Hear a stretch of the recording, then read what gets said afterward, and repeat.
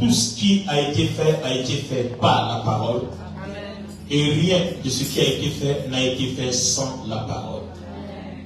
Que le Seigneur bénisse sa parole au nom de Jésus le Christ. Amen.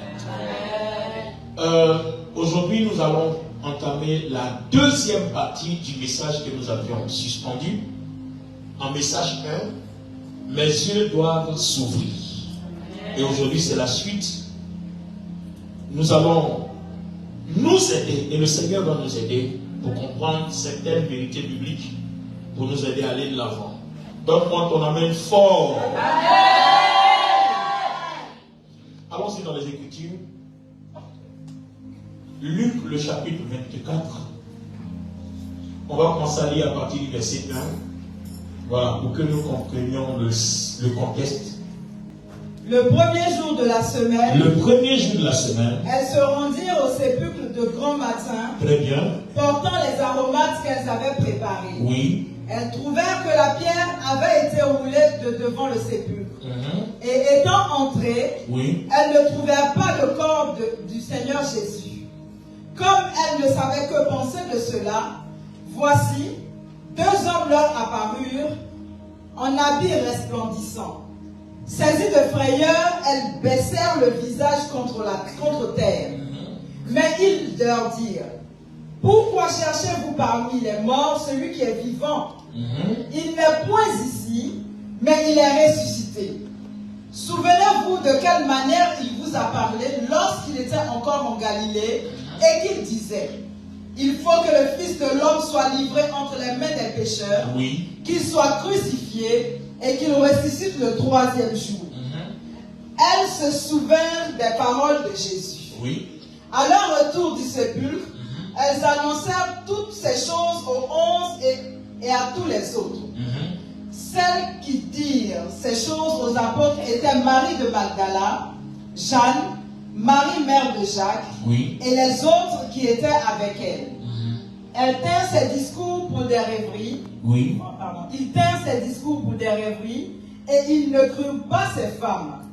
Mais Pierre se leva et courut au sépulcre. S'étant baissé, il ne vit que les linges qui étaient à terre, puis il s'en alla chez lui dans l'étonnement de ce qui était arrivé. Verset 13. Oui. Et voici, ce jour, deux disciples allaient à un village nommé Emmaüs, éloigné de Jérusalem de 60 sades. Et ils s'entretenaient de tout ce qui s'était passé. Pendant qu'ils parlaient et discutaient, Jésus s'approcha et fit route avec eux. Mais leurs yeux étaient empêchés de le reconnaître. Alors, ma version Osterval dit, et ils s'entretenaient entre eux de tout ce qui était arrivé. Comme ils s'entretenaient et qu'ils raisonnaient ensemble, Jésus lui-même s'étant approché, se mit à marcher avec eux, verset 16, mais leurs yeux étaient retenus. Leurs yeux étaient retenus, en sorte qu'ils ne le reconnaissaient point. Leurs yeux étaient retenus. Wow. Et la version du second dit, leurs yeux étaient empêchés de le voir. Donc on comprend que si les yeux étaient empêchés, c'est parce que quelqu'un a retenu leurs yeux de le voir. Amen. Continue un peu. Et il a dit, de quoi vous vous entretenez? En marchant, pour que vous soyez tout tristes. L'un d'eux, nommé Cléopas, lui répondit, es-tu le seul qui, séjournant à Jérusalem, ne sache pas ce qui y est arrivé ces jours-ci? Quoi? Leur dit-il. Et ils lui répondirent, ce qui est arrivé au sujet de Jésus de Nazareth, qui était un prophète puissant en œuvre et en parole devant Dieu et devant tout le peuple. Et comment les principaux sacrificateurs et nos magistrats l'ont livré pour le faire condamner à mort et l'ont crucifié. Voilà, bloc là, au verset, on revient au verset 21.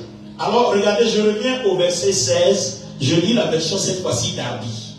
La version d'Arby dit, mais leurs yeux étaient retenus de manière qu'ils ne le reconnurent pas. Merci de vous asseoir. De manière. Alors, vous voyez, ici on a besoin de lever un équivoque. On a besoin de comprendre quelque chose.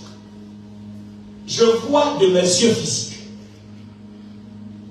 je vois quelqu'un, mais je ne réalise pas qui c'est. Parce que on a mis quelque chose sur mes yeux, ou alors on a empêché mes yeux, ou alors on a retenu mes yeux. Alors, petite démonstration. Voici les disciples d'Emmaüs. Donc, les disciples sont inquiets de ce que les prophéties ont dit que Jésus mourait et qu'il ressusciterait le 3e jour. Et puis, depuis 3 jours, on n'a pas de nouvelles qu'il est ressuscité. Donc, on se demande, est-ce que cette histoire est vraiment vraie?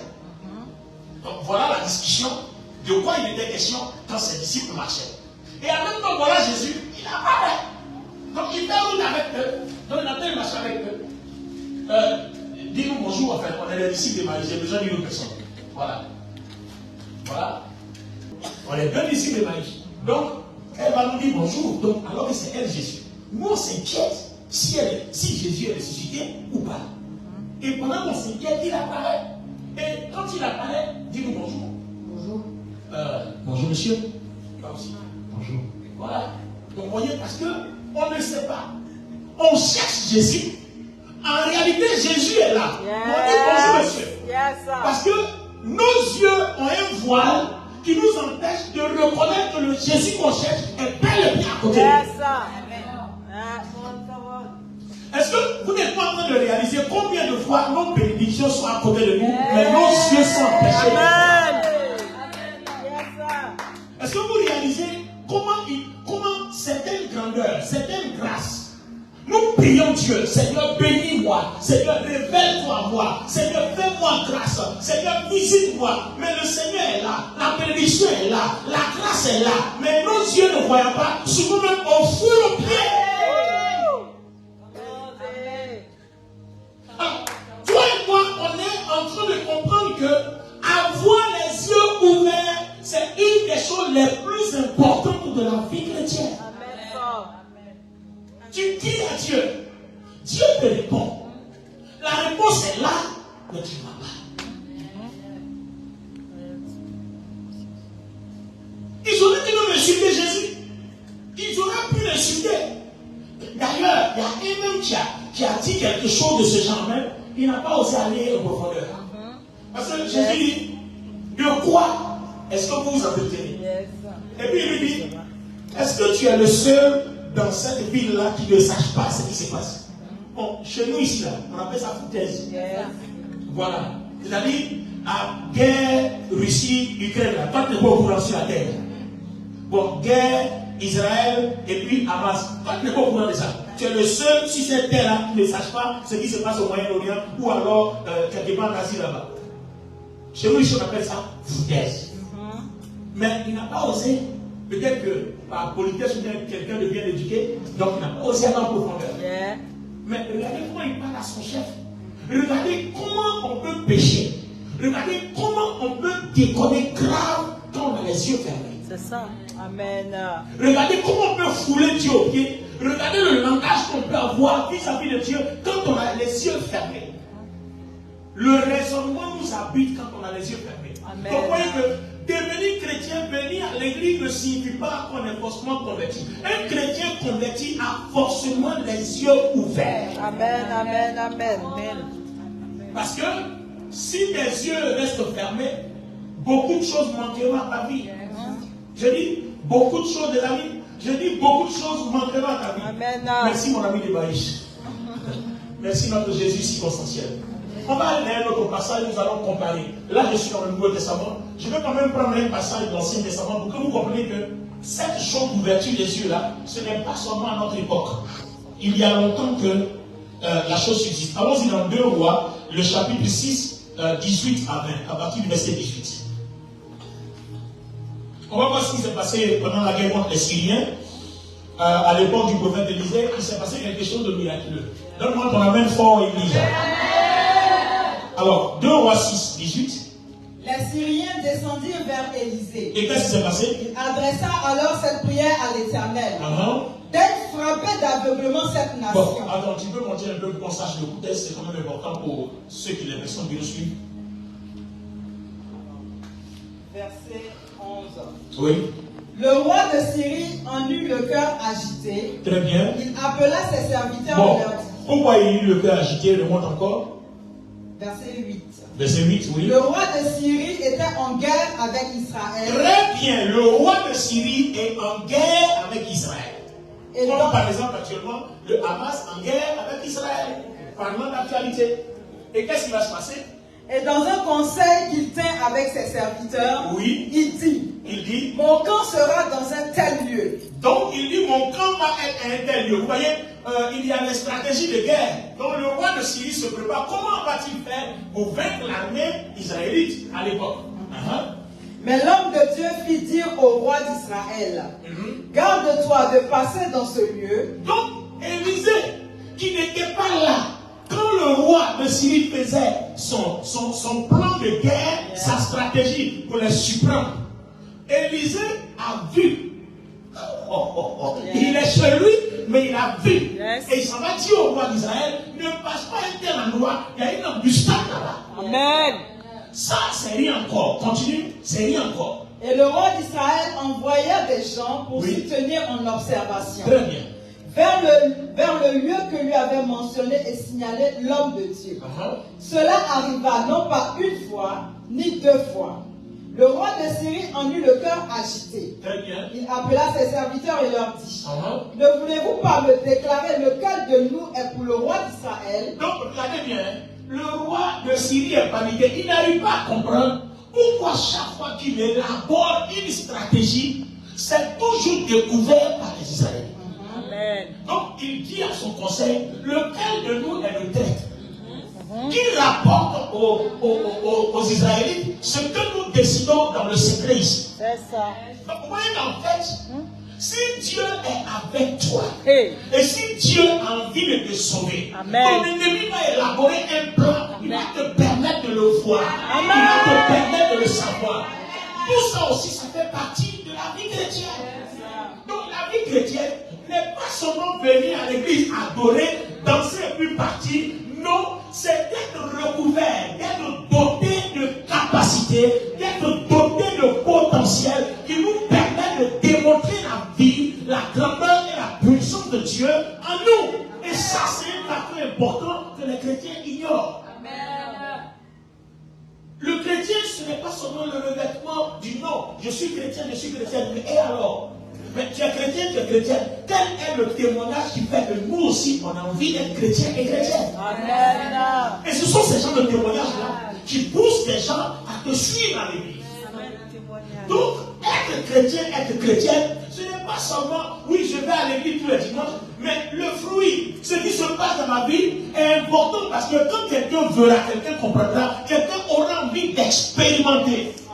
C'est pour ça que nous disons, si tu veux marcher avec Dieu, marche bien. Amen. Si tu veux marcher avec Jésus, marche bien.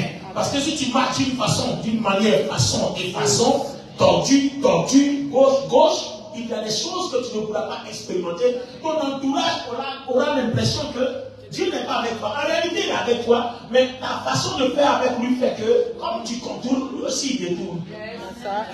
Amen. Est-ce qu'on s'est bien compris? Amen. Alors continue, ça encore c'est rien, ce n'est rien, on continue. L'un des serviteurs répondit, Il répondit, personne, ô roi mon Seigneur. Mais Élisée, le prophète, qui est en Israël, rapporte au roi d'Israël les paroles que tu prononces dans ta chambre à coucher. Il y a un prophète là-bas qui rapporte au roi d'Israël, même les paroles que tu prononces dans ta chambre à coucher. Il y a un prophète qui est au courant de ça. Donc regardez les dimensions dans lesquelles Dieu peut entraîner un chrétien qui a une bonne relation avec Dieu. Regardez les grâces que Dieu peut déverser dans la vie d'un chrétien qui a une bonne relation avec Dieu. Amen. Donc vous voyez que c'est toutes ces 7 sources-là qui fait que la vie chrétienne est intéressante. On a envie d'appartenir à Jésus-Christ, on a envie de lire la Bible, on a envie de prier, on a envie de Dieu, parce que c'est tout ça. C'est pas juste de venir à l'église le dimanche, c'est pas ça le problème. Amen. Le problème c'est de vivre Dieu. Amen. Le vivre dans sa puissance, le vivre dans ses grâces, le vivre dans ses dons et le vivre dans sa facette surnaturelle. Amen. Come on. Et ce côté est très important, les amis. Allons-y vers notre verset concerné. Verset 18. Les Syriens descendirent vers Élisée. Et que se passa-t-il? Il adressa alors cette prière à l'Éternel. Oui. D'être frappé d'aveuglement cette nation. Donc, les Syriens, cette fois-ci-là, comme ce que le roi dit, ils entendent, donc le roi va plus rien dire. Et puis ils vont venir se présenter. Maintenant, vous voyez, quand ton ennemi parle, Dieu te met au courant. Donc, il va dire, bon, je ne parle plus, et puis on va voir. Ok? Donc, il ne parle plus. Il vient les surprendre. Les gens se lèvent le matin, voici une armée qui les entoure. Donc, on dit, ok, si vous nous entourez, c'est pas grave. Le Dieu qui nous a établis, qui est avec nous, a une autre stratégie. Amen. Si vous changez de plan, Amen. il changera de plan aussi. Amen. Est-ce que je peux entendre ton amen? Amen. Si l'ennemi change de plan, change de stratégie, Dieu aussi changera de mode d'opération. C'est ça. Amen. Toujours. Alors, quel était le mot? Élisée dit, frappe-les d'aveuglement. Autrement dit, pour le passage qu'on a lu dans Luc 24, ferme les yeux. On est en train de découvrir ici dans la Bible aujourd'hui que on a deux sortes d'yeux. On a nos yeux physiques et on a d'autres yeux qui peuvent voir au-delà des yeux physiques, mais seulement il faut que Dieu ne les retienne pas. Amen. Donc les yeux physiques de chaque individu ont la capacité de voir spirituellement si Dieu enlève le voile, si Dieu ne les empêche pas de voir le surnaturel. Or, n'oubliez pas que ces yeux-là ont été fermés depuis le jardin d'Éden à cause du péché. Amen. Donc Dieu a empêché, depuis le jour qu'il a fermé le jardin d'Éden, il a fermé nos yeux. Sinon avant, quand Dieu descendait, Adam le voyait. Mais à cause du péché, Dieu a fermé nos yeux. Et comme Dieu nous aime tellement pour ouvrir nos yeux, la Bible dit quoi, Jean 3,16, car Dieu a tant aimé le monde qu'il a donné Jésus, afin que quiconque croit en lui n'ait plus de péché, de telle sorte que ses yeux s'ouvrent à nouveau. Amen. Amen. Donc vous voyez que devenir chrétien, ce n'est pas seulement aller au ciel. Aller au ciel, ça c'est le plus grand privilège, c'est la fondation de tous les privilèges. Mais avant d'aller au ciel, de quoi bénéficions-nous sur la terre?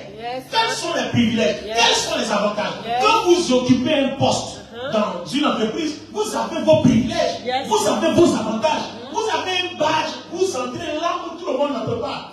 Et quand vous voulez entrer là-bas, c'est marqué authorized person only. C'est-à-dire, vous ne pouvez pas entrer, c'est pas pour vous. On dit, comment on dit ça, mais privé, non, private. C'est marqué, ouais, mais sur la porte privée. Tout le monde ne peut pas entrer là-bas. Ça veut dire que vous y entrez parce que vous avez le privilège d'entrer, parce que vous appartenez à la boîte. Moi aussi, j'appartiens à la famille de Christ. J'appartiens au Saint-Esprit. J'appartiens à Dieu. Donc, j'ai des privilèges. J'ai des badges qui m'ouvrent des portes. J'ai des badges qui me permettent d'entrer à des endroits où tous ceux qui n'ont pas Jésus-Christ ne peuvent pas entrer. Donc, là où tu es un badge. Et ce badge-là, ce n'est autre que Jésus-Christ et ta foi en ce nom. Tout simplement. Amen. Donc Élisée prie, Seigneur, ferme les yeux. Donc comme ils sont venus nous surprendre, attends, l'ennemi t'a encerclé. Alors tu te retrouves encerclé par une multitude avec des armes. Qu'est-ce que tu peux faire? Il reste une seule chose. Seigneur, ferme les yeux. Une fois que les yeux sont fermés, qu'on ne te voit plus, tu vas passer en te faufiler, te dire l'histoire qui t'en va. Et quand tu demandes, Seigneur, ouvre les yeux. Quand il ouvre les yeux, mais où est-il? On ne le voit pas. Vous voyez, c'est une stratégie de combat. Les yeux ouverts, c'est une stratégie de combat. Les yeux fermés aussi, c'est une autre stratégie de combat. Amen, amen, amen, amen. Seigneur, ouvre les yeux. Après, il va dire encore, ferme les yeux. Donc là, on a fermé les yeux. Reprends la partie, la prière d'Élisée. Reprends la partie. Élisée pria et dit, il dit, Éternel, ouvre ses yeux pour qu'il voie. Et l'Éternel ouvrit les yeux du serviteur. Donc, regardez bien. Le serviteur qui était avec Élisée était inquiet. Vous savez souvent, quand les hommes de Dieu marchent avec les disciples, souvent il y a des situations qui font peur. Pendant que le Seigneur était dans la barque avec ses disciples, il y avait la tempête, les disciples étaient affolés, alors que le Seigneur lui-même dormait tranquillement, tranquillement, au calme. Et suivez bien. Le même disciple d'Élisée aussi avait le même problème. Enfin, le disciple d'Élisée aussi avait le même problème. Il voit l'armée qui entoure. Mais, maître, on est mort, ils vont nous exterminer, on est mort. Et puis Élisée dit au disciple, Seigneur, ouvre les yeux de ce disciple-là pour qu'il voit qui nous entoure. Eux, ils nous ont entourés. Mais nous aussi, on a des gens qui les ont entourés. Yes. Ils nous ont entourés, mais nous aussi, on a des gens qui les ont entourés. Sauf que mon petit là, mon serviteur là, ne voit pas ceux qui les ont entourés. Il voit seulement ceux qui nous entourent, mais il ne voit pas ceux qui entourent ceux qui nous ont entourés. Oh my God. Oh my God, Seigneur mon Dieu, Seigneur mon roi. Seigneur, ouvre nos yeux pour que notre foi soit fermée, pour qu'on comprenne le surnaturel. Wow. Merci de vous asseoir. Alléluia. Amen. Seigneur, ouvre ses yeux. Et qu'est-ce qui va se passer? Quand le Seigneur va ouvrir ses yeux, il va se passer quoi? Et l'Éternel ouvrit les yeux du serviteur qui vit la montagne pleine de chevaux. Il vit la montagne pleine de armée, des gens qui ont des chevaux, des chars, des gens armés jusqu'aux dents. Donc en fait, quand toi et moi on marche, on voit un brigand nous attaquer, mais on ne voit pas l'armée de Dieu qui est là pour combattre le brigand. Le brigand ne voit pas l'armée. Alors, toi et moi, on est en train de comprendre que un des privilèges que nous avons, c'est la garde rapprochée de Dieu. Que nos yeux ne peuvent pas voir. Mais si Dieu veut qu'on voit, on verra. Amen. On a une garde rapprochée. Des anges puissants, forts, armés, qui nous accompagnent. Ah, je comprends pourquoi David disait, même quand je marche dans la vallée de l'ombre de la mort, je ne crains aucun mal, car tu es avec moi. Autrement dit, ton armée est avec moi. Peu importe l'endroit, ton armée est avec moi. Waouh! Quel privilège! Quelle grâce d'avoir Dieu avec nous et d'avoir cette protection, son armée, sa garde rapprochée autour de nous pour nous protéger dans tous les combats. Mais là, on n'a rien dit encore. L'histoire arrive, continue. Et l'Éternel ouvrit les yeux du serviteur qui vit la montagne pleine de chevaux de chars de feu autour d'Élysée. Les Syriens descendirent vers Élysée. Les Syriens donc sont descendus. Ils viennent faire la guerre. Ensuite, il adressa alors cette prière à l'Éternel. Il adressa cette prière à l'Éternel. Daigne frapper d'aveuglement cette nation. Seigneur, daigne frapper d'aveuglement cette nation. Et l'Éternel les frappa d'aveuglement. Et le Seigneur frappa d'aveuglement l'armée syrienne. Selon la parole d'Élysée. Oui, selon la parole d'Élysée. Donc vous voyez bien, c'est précisé. Selon la parole d'Élysée. Ça veut dire que toi, tu peux demander que Dieu frappe d'aveuglement un adversaire ou alors une adversité dressée contre ta vie. Si tu es dans le plan de la justice de Dieu, Dieu va frapper ces esprits-là ou alors ces personnes-là d'aveuglement juste pour te tirer d'affaire. Vous voyez les grâces que nous avons.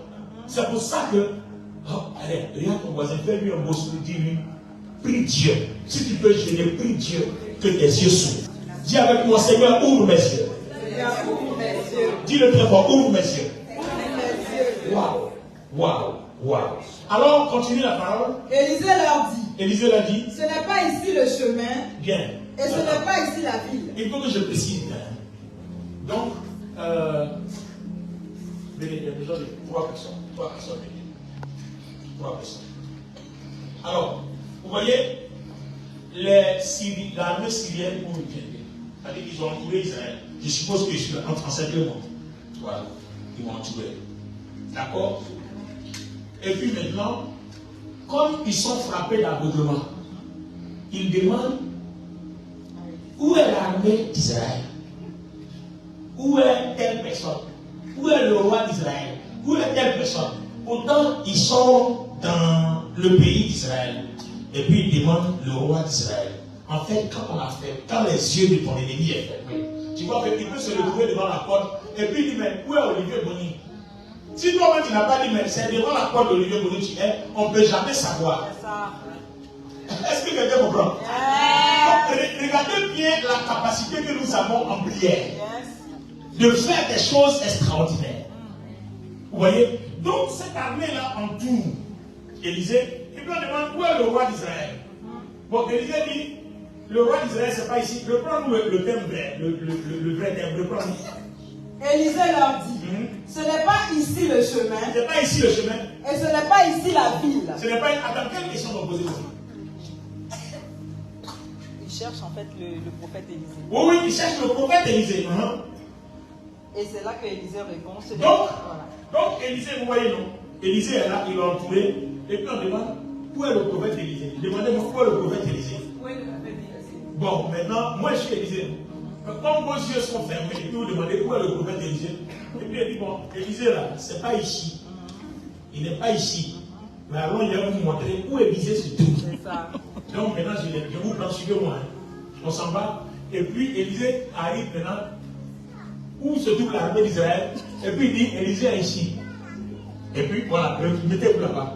Entre-temps, toute l'armée qui est venue, qui avait encerclé Israël, ils sont allés maintenant, c'est eux maintenant qui sont encerclés, puisqu'ils ne voient pas. On allait les livrer maintenant, les mettre l'armée. Yes. Entre-temps, ils ne savent même pas que ceux qui sont là ont des armes qui peuvent les tuer en moins d'une seconde. La suite nous dit quoi?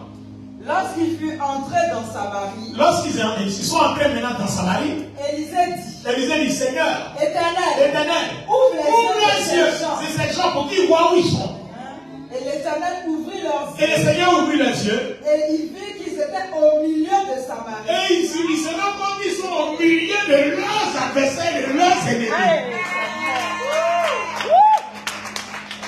Alors, les amis, vous voyez ce message-là d'ouvrir les yeux, vous voyez, au lieu de laisser attaquer tes ennemis en pièces, tu peux les aveugler tout simplement pour les déposer à un endroit. Et puis tu dis, Seigneur, ouvre les yeux pour qu'ils comprennent. Vous ne pouvez pas que beaucoup d'ennemis reviendront à la repentance. Le combat spirituel, là, il y a plusieurs façons de combattre. C'est pas seulement je te taille en pièces, je te lis, je te brise. Non, souvent même ça ne prend même pas. Souvent, ce genre de prière ne réussit pas. Et Élisée a dit simplement, ferme les yeux. Fermez les yeux. Ils sont devenus, ils viennent devant Élisée, comme les yeux sont coupés. Où est Élisée?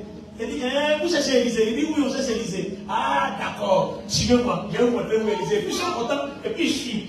Ils arrivent maintenant au milieu de l'armée d'Israël, et Élisée dit, Seigneur, ouvre les yeux. Et puis ils ouvrent les yeux, puis Élisée a dit, voilà Élisée. Maintenant que je suis à mon armée là, touchez-moi, vous allez voir. Waouh! Alléluia! Vous avez vu le privilège que nous avons en tant que chrétiens? Les privilèges que nous avons en tant que chrétiens. Et eux seulement, rien que par les yeux, on peut vaincre nos ennemis. Amen. Rien que par les yeux. Si malheur à toi, ton ennemi voit ce que tu ne vois pas, tu es mort.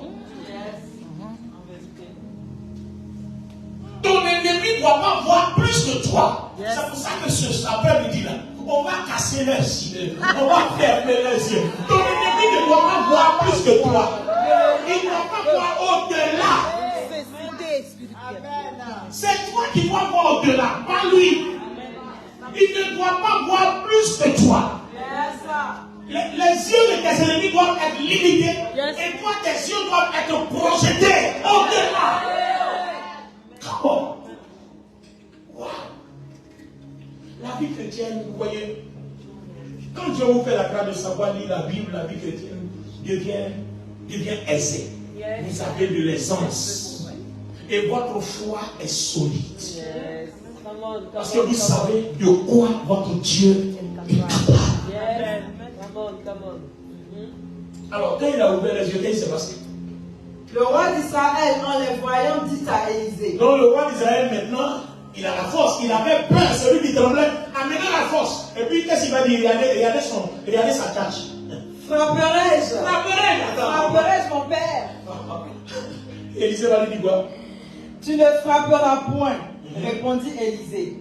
Est-ce que tu frappes ceux que tu fais prisonniers avec ton épée? Élisée dit, toi aussi, mon roi, toi aussi. Les gens qui sont aveugles, tu vas les égorger comme ça, tu ne dis pas que c'est trop lâche, c'est trop. Attends, tu as des gens à ta portée, mais fais-le ce que tu veux, Utilise-les un peu comme des esclaves, fais-les tourner un peu, montre-leur un peu ta puissance, mais tu vas les tuer comme ça. Non, non, non, tu ne vas pas les tuer, fais-les prisonniers. Comme ça, le roi qui les a envoyés là, il sera obligé de se calmer. Yes. Comme il est plus fort que toi, il sera obligé de se calmer. Lui, il vient avec des armes physiques. Toi, tu es parti avec des yeux spirituels. Amen. Amen. Amen. Il est venu avec des armes physiques. Toi, tu es parti qu'avec des yeux spirituels. Avec ta foi et des yeux spirituels. Par ta foi, tu as réussi à invoquer l'Éternel pour fermer les yeux. Et par ta foi, tu as réussi à invoquer l'Éternel pour ouvrir les yeux. Voilà tes deux armes.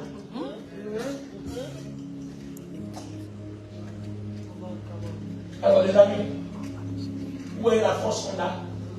Donc la force là, ce n'est pas seulement physique. La force n'est pas seulement physique. La force est spirituelle. La force est surnaturelle. Notre foi est notre force. Tu peux terrasser Goliath sans l'affronter physique. Tu peux vaincre des problèmes sans te battre. Avoir les genoux à terre. Et puis avoir foi en Jésus-Christ. Amen. Et puis élever la prière. Amen. Bâtir des hôtels de prière. Et le Seigneur travaille en ta faveur. Et le Seigneur agit en ta faveur. Alors les amis, la partie 2 va s'arrêter là. On fera la partie 3 le dimanche prochain. Mais cet après-midi, toi et moi on va prier en fonction du message. Alors chers internautes, que Dieu vous bénisse. Pour suivre la partie 3.